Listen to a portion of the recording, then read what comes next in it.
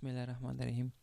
راځو نن وایي که چیرې کوم وخت تاسو غواړئ چې د کوم اډیو سیډي څخه یعنې د اډیو سیډي دی یو ډول چې وي هغه ډي وي ډي امپتریانې وي او بل ډول چې وي اډیو سیډیانې وي. ډي وي ډي امپتریانې خو هغه وي چې سروسه زیات البمونه پکښې کې وي یعنې 100-200 میوزیک پکښې کې وي 50-50 دانې وي. خو اډیو سیډیانې بیا هغه دی چې هغه کې فقط او فقط چې وي هغه افغاني سیډیانې وي چې فقط تر 12 یا تر 13 دانې میوزیک برابر دي اډیو نه وي پکښې کې چې د هغوی راړول کمپیوټر ته څه نه څه وخت غواړي. داسې نه دي لکه د امپتریانو ده چې کمپریس سوي فایل نه وي فقط یې کمپیوټر ته راوړی نه بلکې هغه جلا فایلونه وي هغه داسې نه وي. نو اوس اډوب اډیشن یو دغه ځانګړتیا لري چې کولی سي د اډیو سیډي څخه هغه میوزیک یا کوم ټرکونه چې هغه څه په وکې راوړي خپل ځان ته او بیا څه په وکې هغه تاسو سیو کړئ تر څو بېله سیډي په خپل کمپیوټر کې واورئ. صحیح دی. نو راځو څه رقم هر څه نه مخکې به هغه اډیو سیډي ډي وي ډروم ته ور واچوئ. په دې ډول سره نه دی لکه دا څنګه مخکې کوم میوزیک یا نور اډیو امپتري شیان چې به تاسو اډوب اډیشن ته راوړله هغه به مو څه کول د دې لارې څخه د امپورټ یا د اوفن له لارې څخه به مو کار اخیستی. صحیح دی. خو دا په دې ډول سره نه دی دا سره کم دی. کوم وخت چې مو سیډي ډي وي ډروم ته ور واچول نو راسي فایل منیو ته.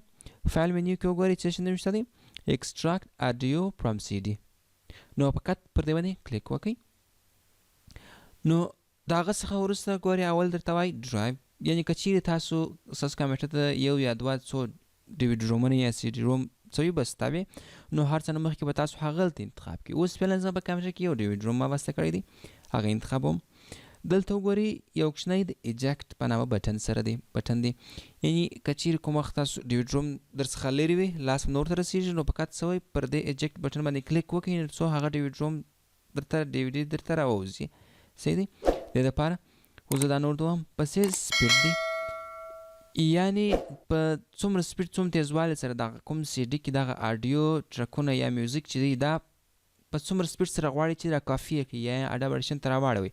وګورئ 1x 2x 3x یعنې 160 کیبي پر سکینډ 352 کیبي پر سکینډ همدارنګه در 4223 کیبي پر سکینډ په څومره سپیډ سره غواړي. دا نو ستاسو پر ډي وي ډروم پورې اړه لري چې هر څومره تیز فایل ډي وي ډروم په هغومره اندازه سره به د سپیډ زیات وي خو دلته مکزیمم تاسو انتخاب کړئ یعنې تر څومره زیات چې کېږي هغومره زیات سپیډ سره یې راواړوئ.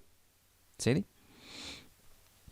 د هغه نه وروسته وایي دغه ډي وي ډروم دغه ډي وي ډي په دې اډیو سی ډي کې چې دا کوم میوزیکونه دی ګورئ اوس وګورئ د یو څخه تر 14 دانې پورې اډیو ټرکونه دي یعنې میوزیکونه دي چې د هر یو اندازه ګور د هرې سندرې یا غزلې اندازه وخت څونه دی ډیوریشن یې وګورئ 4 دقیقې او 48 ثانیې 9 دقیقې او 49 ثانیې او دا هم فقط 11 ثانیې ده. نو داسې تر 14 پورې هر یو وګورئ خپل ډیوریشن لري وخت لري دا 15 دقیقې او 58 ثانیې ده د هر میوزیک یې. صحیح دی.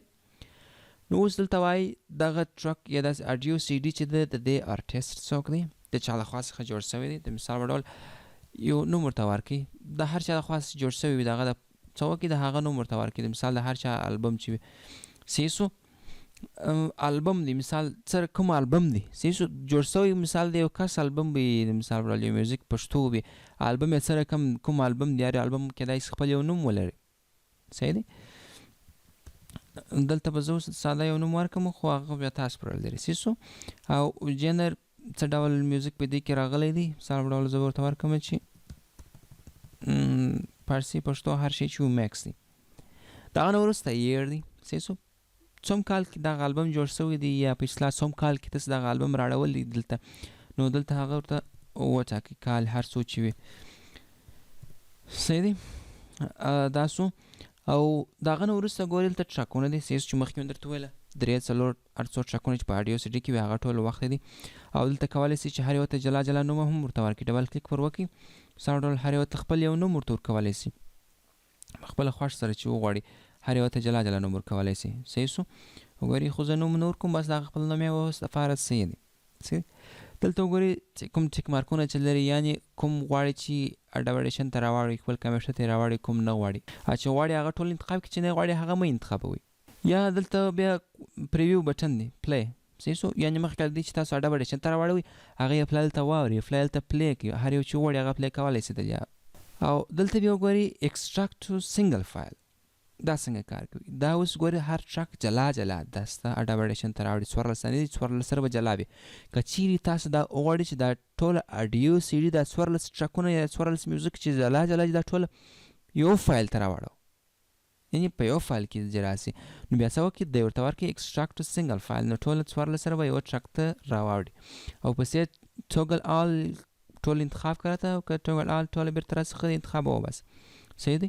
که چیرې بیا دې پر بیرته ټول درته انتخابوي.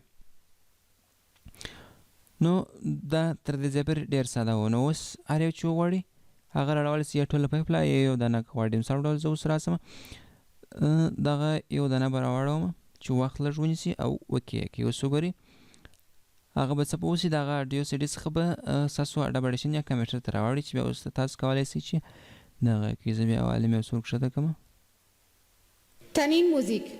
تنین موزیک سنتر عرضه کننده. صحیح دی؟ یعنې وګورئ هغه د اډیو سي ډي څخه ما اوس یو فایل راوړی چې 19 ثانیې او 906 پریمه دی. صحیح سو؟ کست های اورجینال صحیح سو. نو اوس تاسو کولی سئ چې دی څه په وکئ سیف کئ، بیا بې له سي ډي څخه تاسو کولی سئ چې څه په وکئ واورئ هر نامه سره په هر فارمټ سره څه به وکئ MP3 وي هر شی چې وي سایز به دومره اندازه سره وي اوکې یې کئ. صحیح دی؟ نور به دی څه به وسي پلی سي. تنین موزیک ویډیو په دې ډول سره تاسو کولی سئ چې د اډیو سي ډي څخه اډوب اډیشن ته کوم فایلونه یا په یو ځل راوړوي یا هر یو جلا جلا راوړوي یا ټوله په یو فایل ته راوړوي. نو دا د څه له لارې د امپورټ یا فون له لارې نه بلکې په فایل منیو کې اکسټراکټ اډیو فرام سی ډي. نو فکر کوم چې داسې کوم بل څه مهم به نه وي پکښې کې ټوله ساده شیان دي.